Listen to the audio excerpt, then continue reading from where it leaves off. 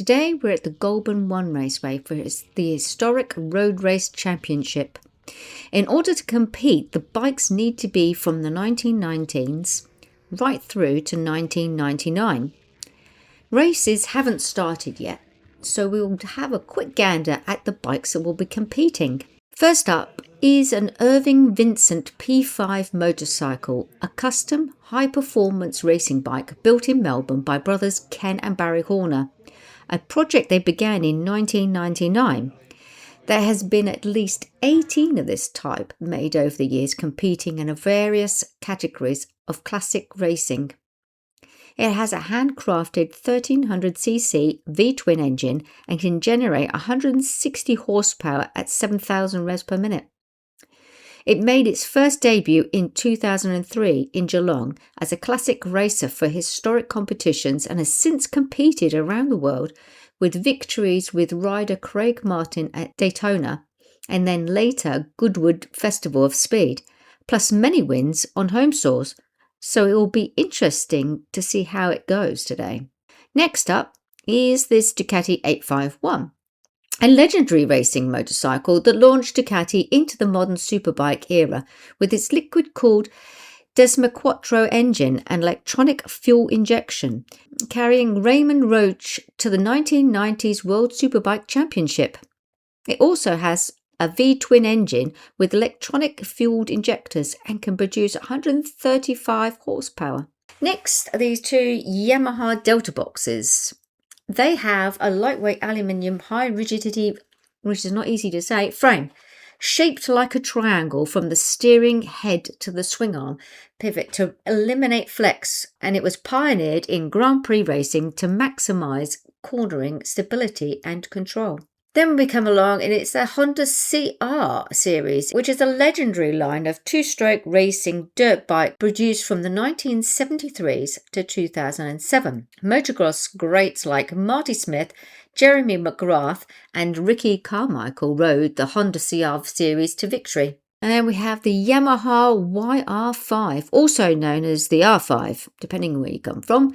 It's a 350cc air-cooled two-stroke parallel twin roadster produced in the 1970s to 72. It features a 36 horsepower engine, 5-speed gearbox and top speeds of up to 103 miles per hour. Then we have the Levada Montiac. This guy came all the way from Queensland to race this bike. Now that's dedication. The Levada Montiac is a high-performance sports motorcycle developed as a road-legal version of the Formula 500 racer that won in the 24-hour Montiac endurance race in Barcelona in 1978 and 79, hence the name. It has a 500cc air-cooled parallel twinned engine featuring two side-by-side cylinders and a dual overhead camshaft.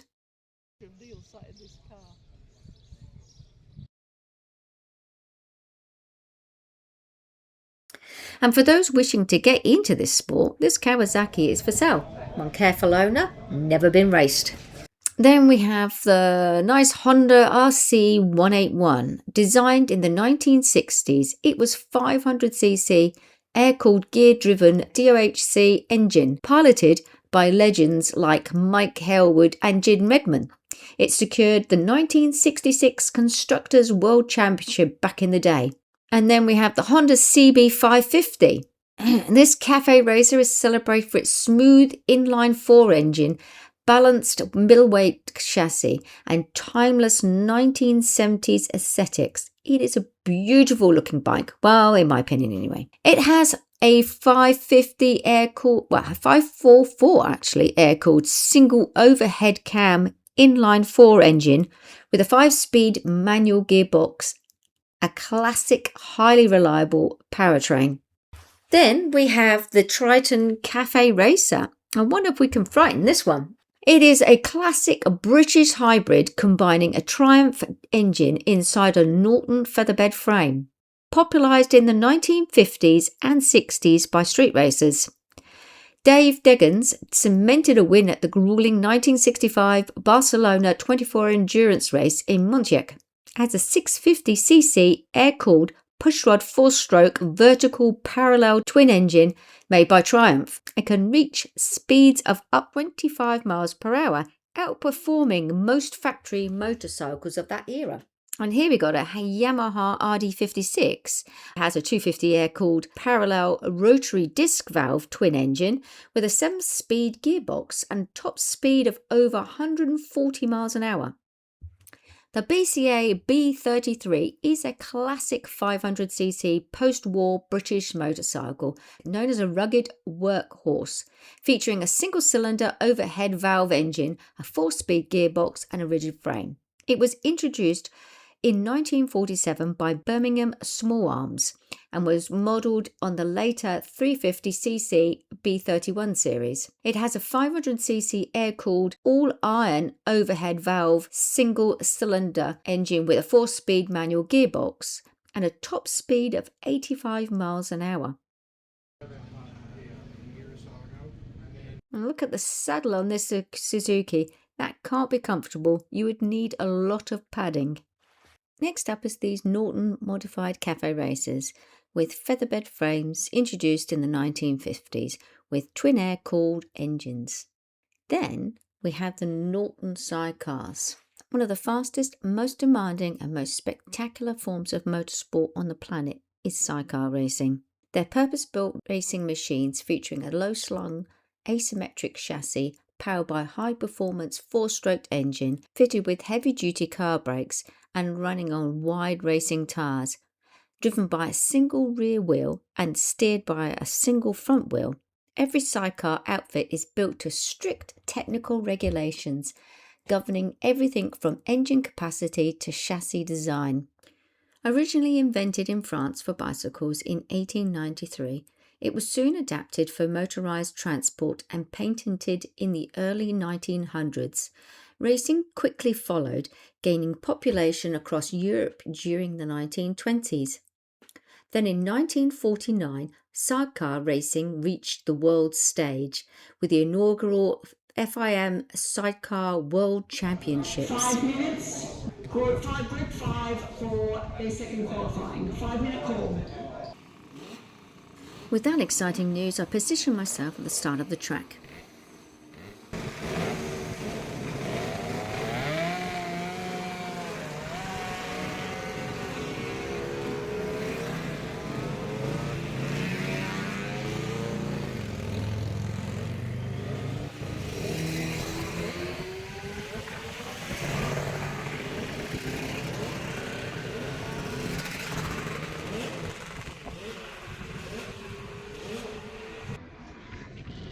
If you've been around Australian motorsport, you'll probably remember this place used to be called Wakefield Park Raceway. It is nestled just outside Goulburn and has a 2.35 kilometre circuit that has been challenging riders since it first opened by founders John Carter and Paul Samuels in 1994.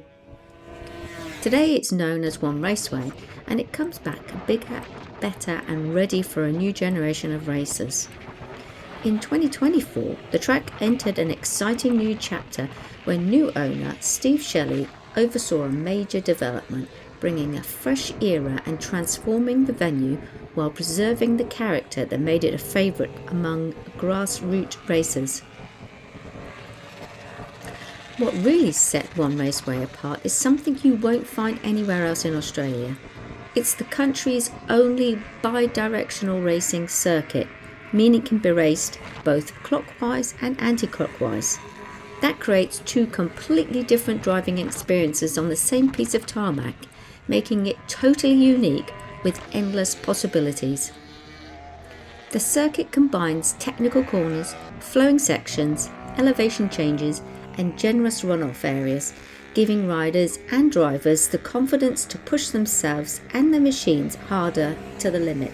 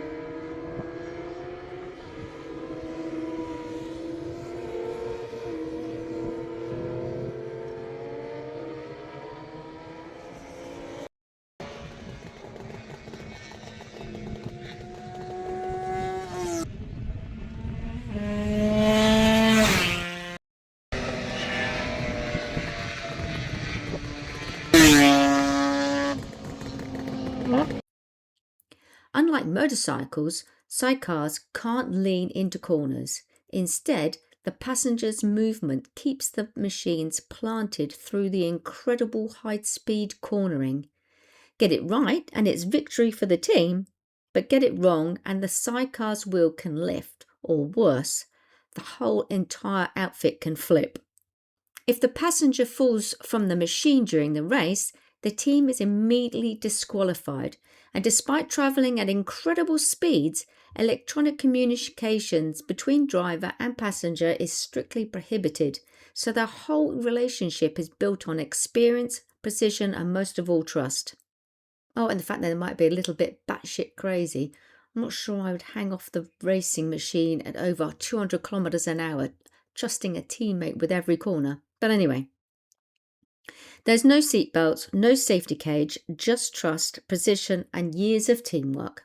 Unlike solo motorcycle racing, sidecar teams don't just compete against the clock, they rely on complete trust in each other. Rider and passenger must think as one, reacting instantly to every acceleration, every braking zone, and every apex. Every moment matters.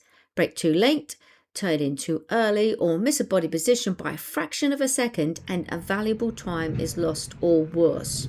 Every corner is perfectly choreographed dance between rider and passenger. While the rider wrestles the machine through the circuit, the passenger, aka the monkey, throws their body from side to side, hanging just centimetres above the tarmac to keep the outfit balanced and maximising grip. It is one of the most thrilling spectacles in motorsports. The acceleration is brutal, the cornering is unbelievable, and the commitment is absolute. For the fans, it's pure excitement. For the team, it's a constant battle against physics, where skill, courage, and teamwork decide who stands at the top of the podium.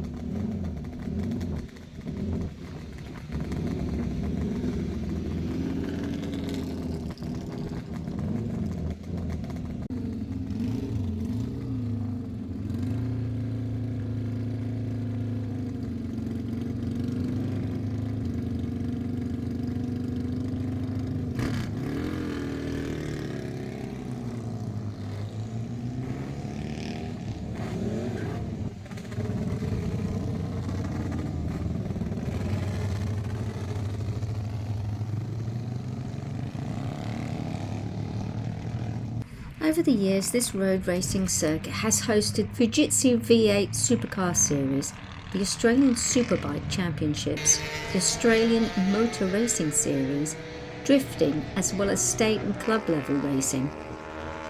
It has such a huge following that when the track was closed down, an e-petition was submitted to the New South Wales Legislative Assembly with just shy of 29,000 signatures were received, currently holding the record of the highest amount of signatures ever collected on an e-petition within New South Wales government history.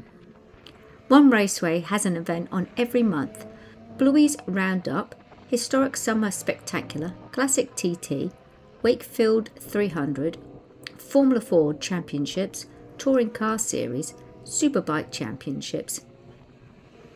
And if you fancy testing yourself and your car or bike to the limits, you can at the One Raceway track day under controlled conditions with no speed limits. It's open to road registered and racing cars and bikes, or even an open wheeler. You can even stay at one of their many new well-equipped cabins around the track. I hope you enjoyed this content. Thanks for watching, and until next time.